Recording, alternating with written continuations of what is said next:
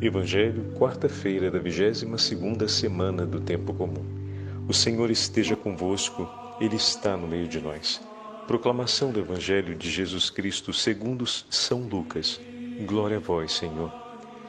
Naquele tempo, Jesus saiu da sinagoga e entrou na casa de Simão. A sogra de Simão estava sofrendo com febre alta e pediram a Jesus em favor dela. Inclinando-se sobre ela, Jesus ameaçou a febre e a febre a deixou. Imediatamente ela se levantou e começou a servi-los. Ao pôr do sol, todos os que tinham doentes, atingidos por diversos males, os levaram a Jesus. Jesus colocava as mãos em cada um deles e os curava.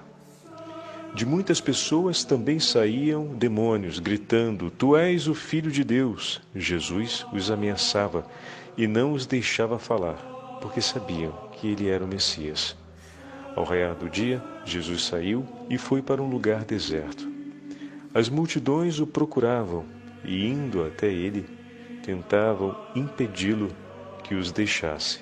Mas Jesus disse: Eu devo anunciar a boa nova do reino de Deus também a outras cidades, porque para isso é que eu fui enviado. E pregava nas sinagogas da Judéia. Palavra da salvação. Glória a vós, Senhor. Quarta-feira da 22ª semana do Tempo Comum, em nome do Pai, do Filho e do Espírito Santo. Amém. Queridos irmãos e irmãs, a Santa Liturgia nos entrega a última parte do 4º capítulo do Evangelho de São Lucas. E como nós tivemos a oportunidade de ouvir, trata-se de uma composição de 3 episódios envolvendo Jesus, os discípulos e a multidão. E cada um deles com uma delicadeza e um significado de grande relevância para o ensinamento, seja da misericórdia, seja do coração que se deixa alcançar pelo anúncio do Evangelho, o que significa também deixar-se alcançar pelo testemunho do Senhor. Ontem nós falávamos sobre isso, né? As palavras e os gestos vão sempre juntos. Cada vez que o Senhor age, cada vez que o Senhor realiza uma pregação, os gestos que acompanham essa pregação, eles também anunciam a presença do Messias. Então, gestos e palavras se encontram sempre unidos. E na sequência do Evangelho que acabamos de ouvir, estamos dando continuidade àquela pregação acontecida na sinagoga de Cafarnaum, que ouvimos ontem a narrativa. Diz assim o versículo 38, saindo da sinagoga, ou seja, após expulsar o demônio daquele homem, que o lançou por terra em meio aos demais, e ter repreendido, não aceitando o testemunho do demônio, mas escolhendo que os homens possam compreender a partir dos sinais de Deus. Isso também é importante. E ontem falávamos a respeito disso, recuperando os dias anteriores, né? Quantas coisas o Senhor nos deu para também nós recolhermos o testemunho da sua autoridade e do seu poder. O Senhor é por nós, está conosco e veio para a nossa salvação. Onde mais iremos nós? Só Ele tem palavras de vida. Só Ele tem o poder de submeter aquele que nos trouxe a morte. Só Ele tem capaz de nos libertar dos grilhões da escravidão do pecado. Onde iremos nós? Por que ainda não gritamos com toda a força do nosso pulmão: Jesus Cristo é o nosso Senhor? Bom, é claro que nós já gritamos, e a nossa alegria é essa.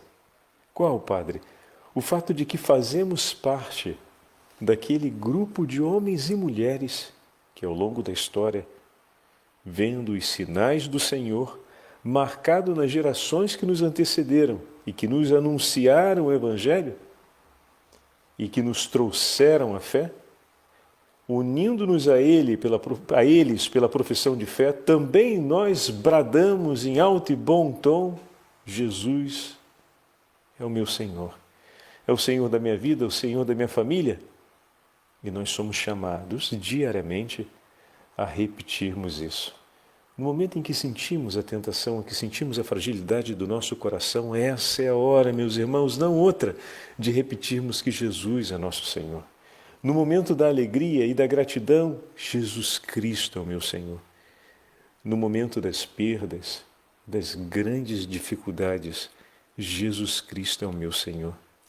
Pois Ele, com Sua presença e Sua palavra, afasta o medo, exorciza toda impureza que possa haver dentro de nós e nos restitui a beleza da vida segundo o desejo de Deus, a vida para a qual fomos chamados, a vida que não viveremos sem sacrifício e que participaremos por meio da entrega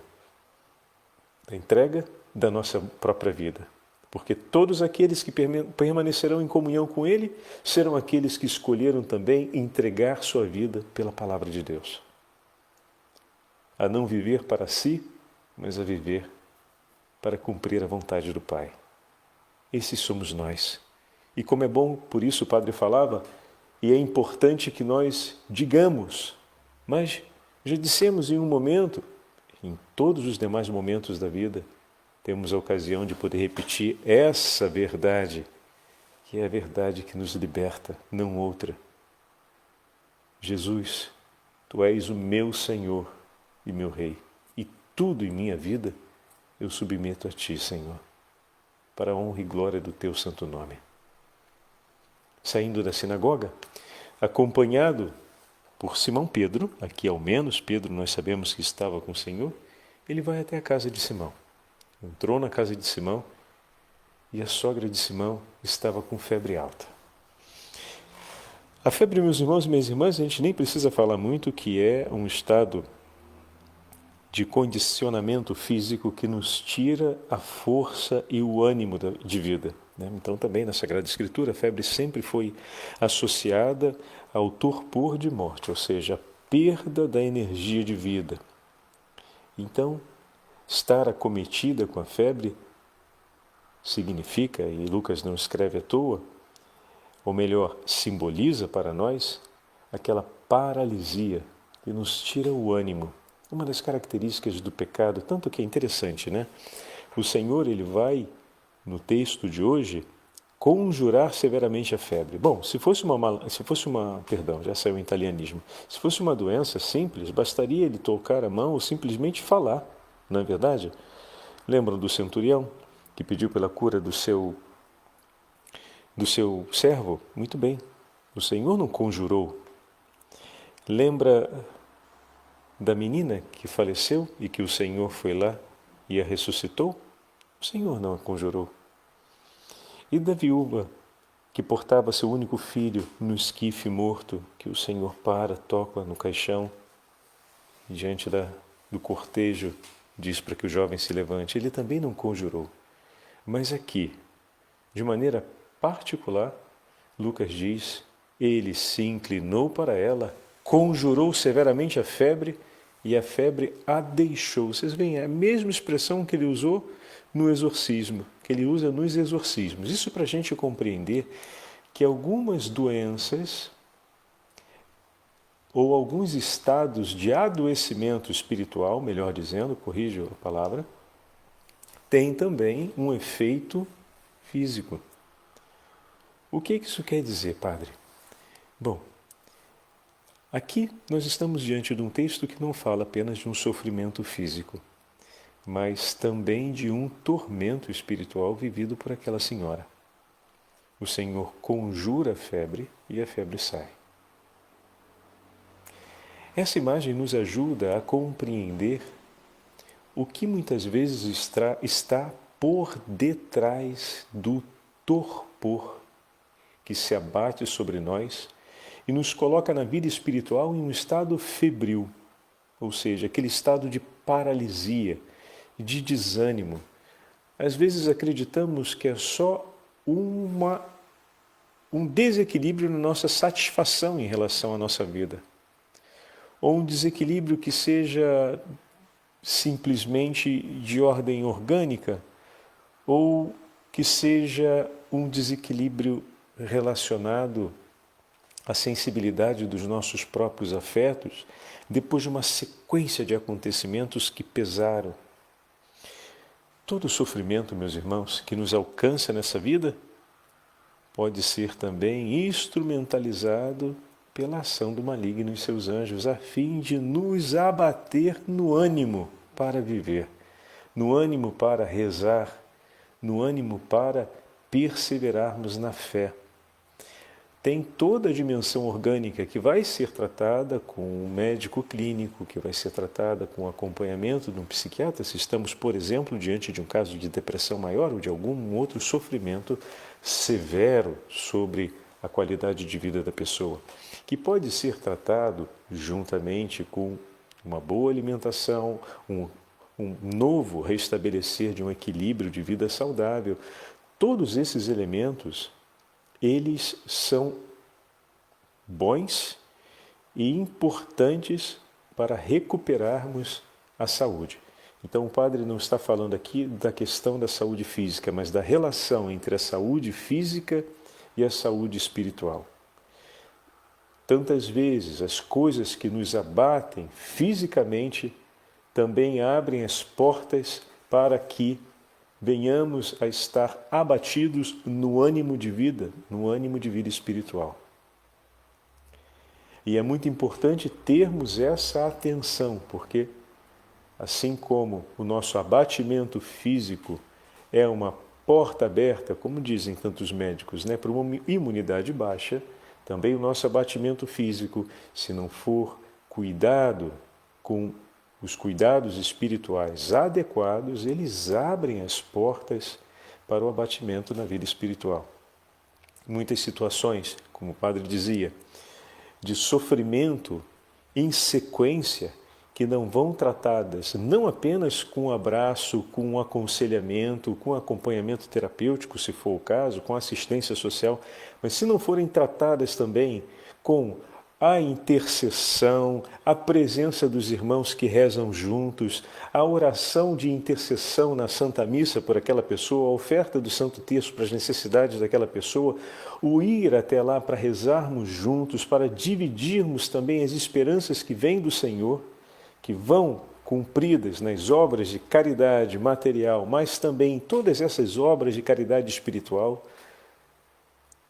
Se a gente não realiza isso, o que nos abate fisicamente pode nos abater também espiritualmente.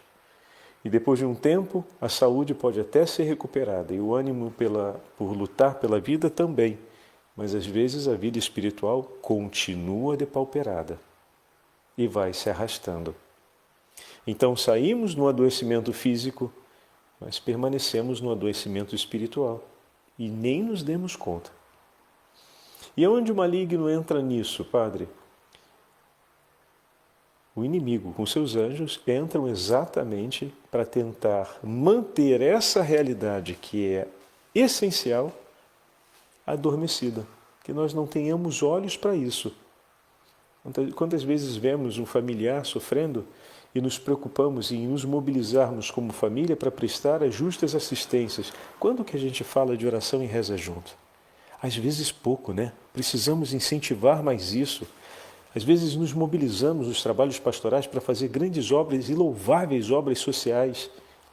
Mas quantas vezes naquele recolhimento, por exemplo, da campanha de Natal, que nós fazemos para os nossos irmãos mais necessitados, nós não agregamos uma motivação para as famílias que vão recolher os haveres, que vão ajudar aqueles mais necessitados, de rezar por ele.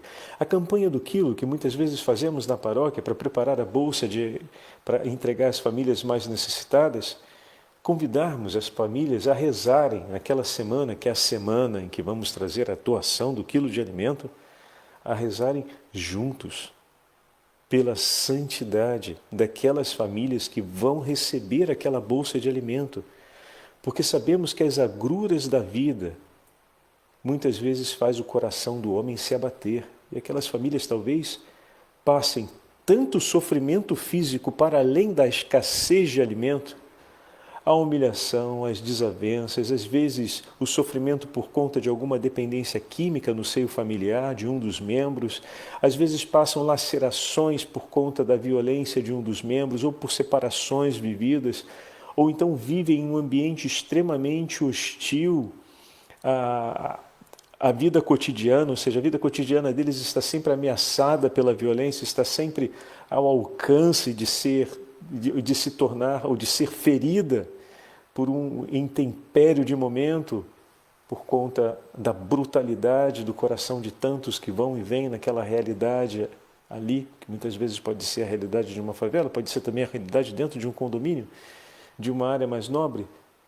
onde os níveis de violência são altíssimos também, mas qualitativamente podem se expressar de modo muito distinto. Mas é tal qual violência. E a gente leva o quilo de alimento, mas por que não levar também a oração de intercessão? Porque esse socorro, para que se exorcize a febre, é necessário. Não vamos exorcizar a febre vivida por aquela família somente entregando o quilo de alimento. Isso cuida de uma parte da necessidade, mas e a outra parte? Jesus estende a mão, a toca e a cura fisicamente, mas exorciza também a presença daquele mal que, se aproveitando da condição, ou juntamente com a condição, aqui é difícil fazer o momento em que começa uma coisa e começa a outra, e talvez Lucas tenha a intenção de não esclarecer isso de maneira precisa para que pudéssemos compreender bem. Quando foi que o desânimo da vida se tornou desânimo espiritual na minha vida? Essa é uma pergunta que a gente pode fazer. Já notamos que em algumas páginas da nossa história de vida tivemos um desânimo pela vida, mas nem sempre sabemos definir a fronteira quando aquele desânimo pela vida se tornou também um desânimo pela vida espiritual. Não é verdade? Passa sutil. A primeira obra de Satanás é fazer com que isso daí não seja visto e aconteça sem que um se dê conta. Atenção. Mas quantas vezes também podemos ter recolhido já ao longo das páginas da nossa vida que vivemos momentos de duro desânimo pela vida, mas não desanimamos da vida espiritual, não desanimamos da oração. Quantos santos e santas foram duramente perseguidos, inclusive pelos seus, né? José Calazans, que há poucos dias celebramos a memória, foi perseguido pelos próprios irmãos, foi tratado de maneira hostil pelos seus próprios companheiros de congregação e tinha tudo para desanimar na fé. E viveu inúmeras humilhações, foi realmente um herói. Entretanto, jamais desanimou na fé. Por quê? Porque o seu coração estava atento, velava. Isso é o que hoje a nossa meditação, olhando para o testemunho da sogra de Pedro, tenta trazer à tona na nossa vida. O quê? Vigilância. E veja como esse exemplo em relação às nossas pastorais nos ilumina, e nos ilumina também para a vida familiar, nos ilumina também para a vida contextualizada no cotidiano com os nossos filhos, por exemplo. Às vezes a gente anima a criançada para estudar e exige que eles estudem, se desempenhem bem e saiam do torpor da preguiça, não é verdade? Pois é, precisamos também ajudá-los a sair do torpor daquela preguiça espiritual, que muitas vezes não se dá quando, por exemplo, perguntamos se a criança estudou tudo o que tinha que estudar no dia. E daí ele diz, estudou, e a gente fala, muito bem, que bom, parabéns, ótimo, você fez um bom trabalho. E a gente poderia acrescentar aquela frase, já agradeceu a Jesus por você ter conseguido se concentrar bem hoje, melhor do que ontem? Ainda não. Então vamos dizer um glória ao Pai para agradecer a Ele por isso? Vamos, papai. Glória ao Pai, ao Filho e ao Espírito Santo, como era no princípio, agora e sempre. Amém. Obrigado, Jesus, pelo meu bom estudo de hoje. Amém. Não é simples, meus irmãos? Então, é assim que a gente vai educando e deixando o coração da nossa família vigilante até nas pequenas coisas, percebem? O dia foi divertido, às vezes meu filho está muito trancado dentro de casa, eu estou percebendo que agora ele passou um dia divertido com a garotada, brincando, e voltou para casa muito animado, está contando tudo o que aconteceu hoje.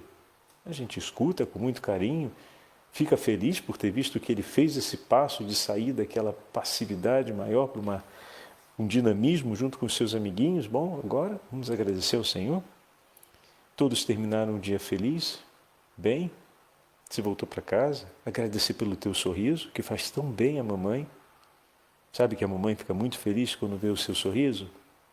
E você vai ouvir ele dizer, eu também fico feliz com o seu, mãe. Olha que maravilha. Isso é cura interior, meus irmãos. Isso cai lá dentro do coração como uma chuva que refresca a terra.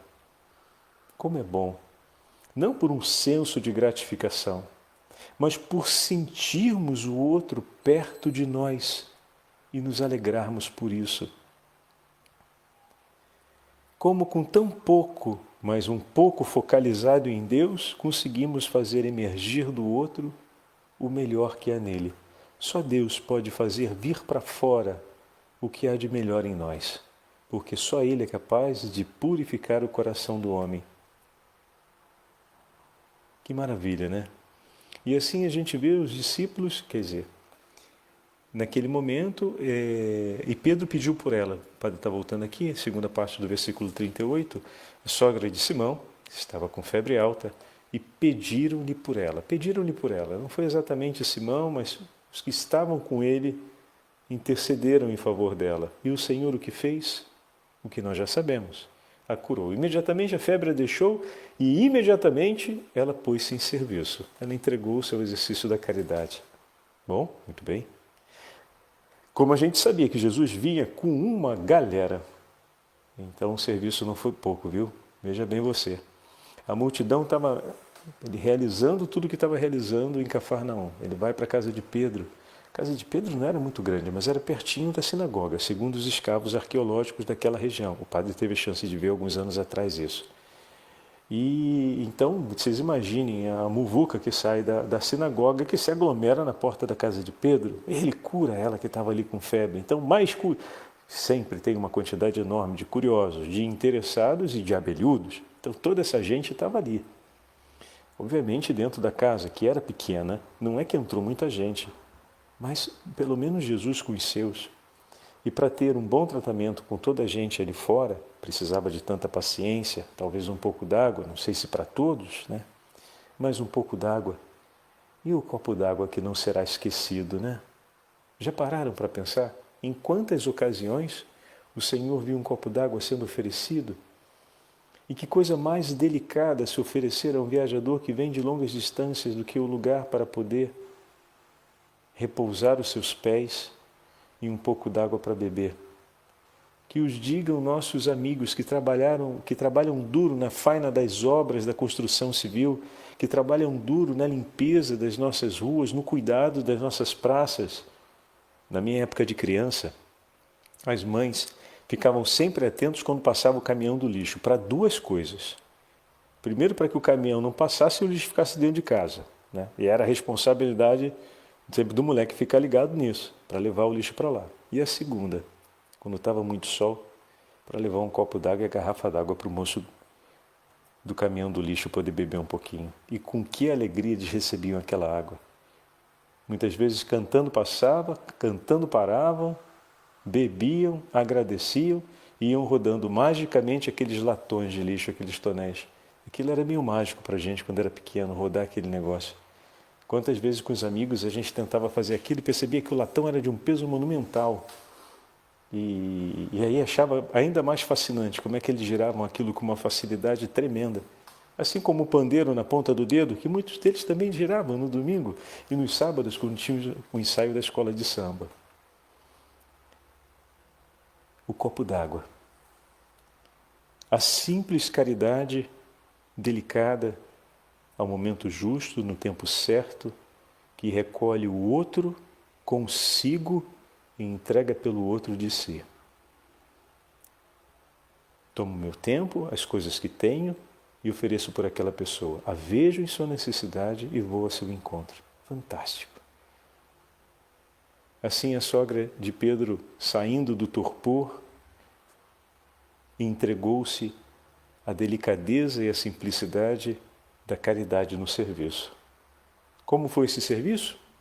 Com Jesus e com os outros que estavam dentro de casa de um jeito, mas com certeza, com todos que ali estavam, de alguma forma, ela fez com que chegasse o necessário pelo bem da caridade, em favor da caridade, pelo bem de cada um.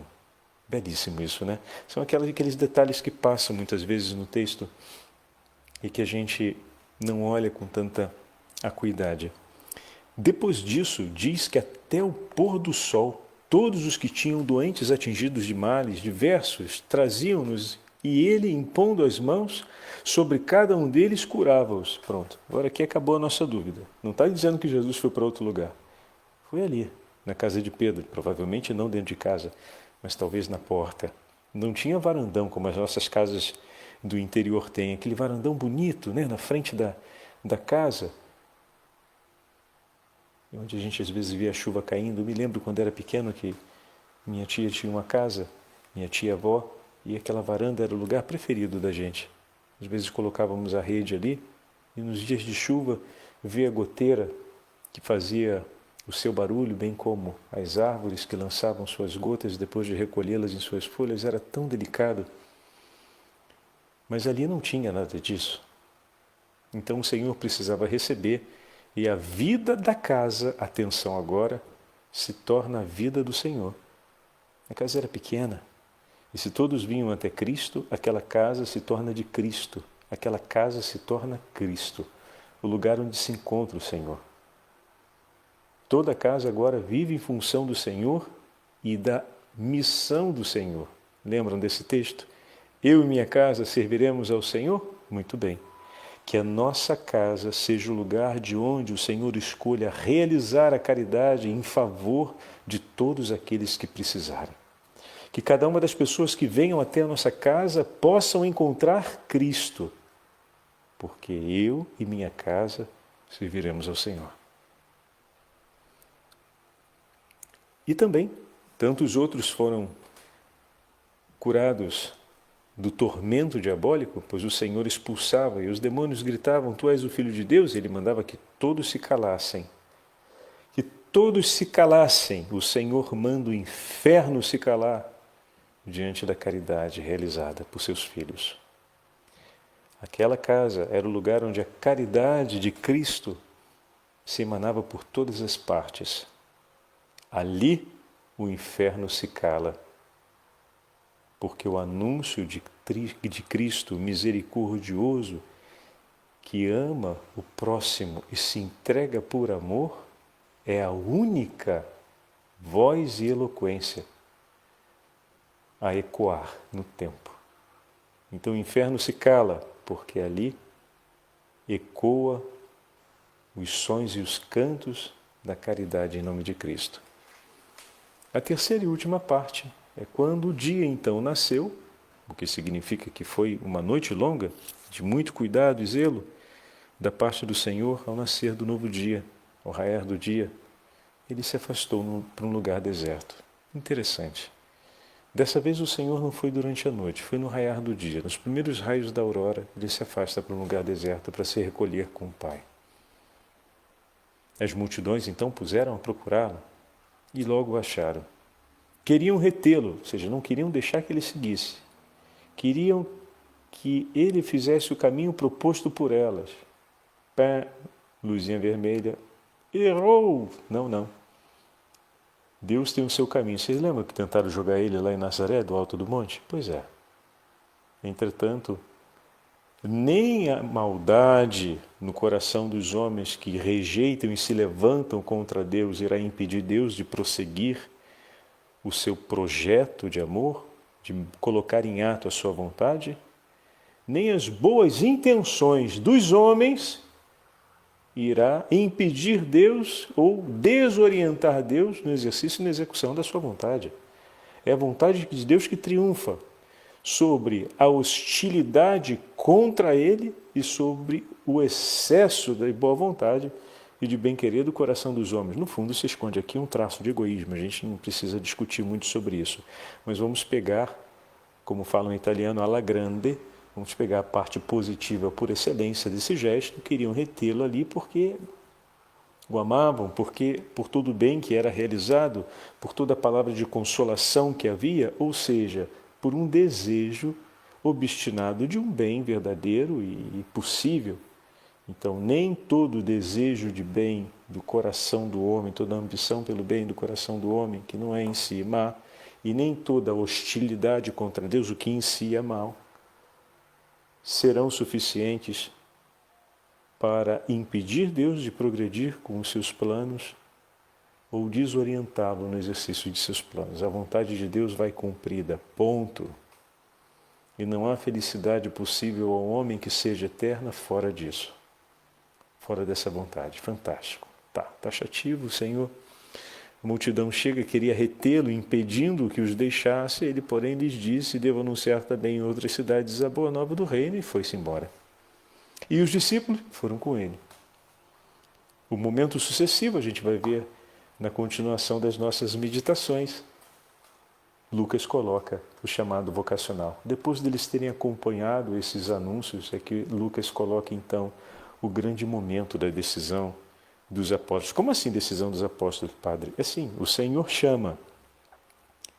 Mas como nós já tivemos a oportunidade de ver na parábola do jovem rico, não significa que conhecer o chamado de Deus seja o tudo suficiente para corresponder a esse chamado. É preciso que o coração aberto a Deus, vivendo o temor e o amor pela fé, escutando, responda a esse chamado com o seu sim, e escolhendo para si o que Deus lhe propõe como a sua escolha para ele. Deus me propõe a vocação e me revela, e eu escolho o que Deus escolheu para mim. O Senhor esteja convosco, Ele está no meio de nós, pela intercessão dos santos apóstolos do Senhor e da Beatíssima Virgem Maria, Rainha dos Apóstolos, abençoe-vos o Deus Todo-Poderoso, Pai, Filho e Espírito Santo. Amém.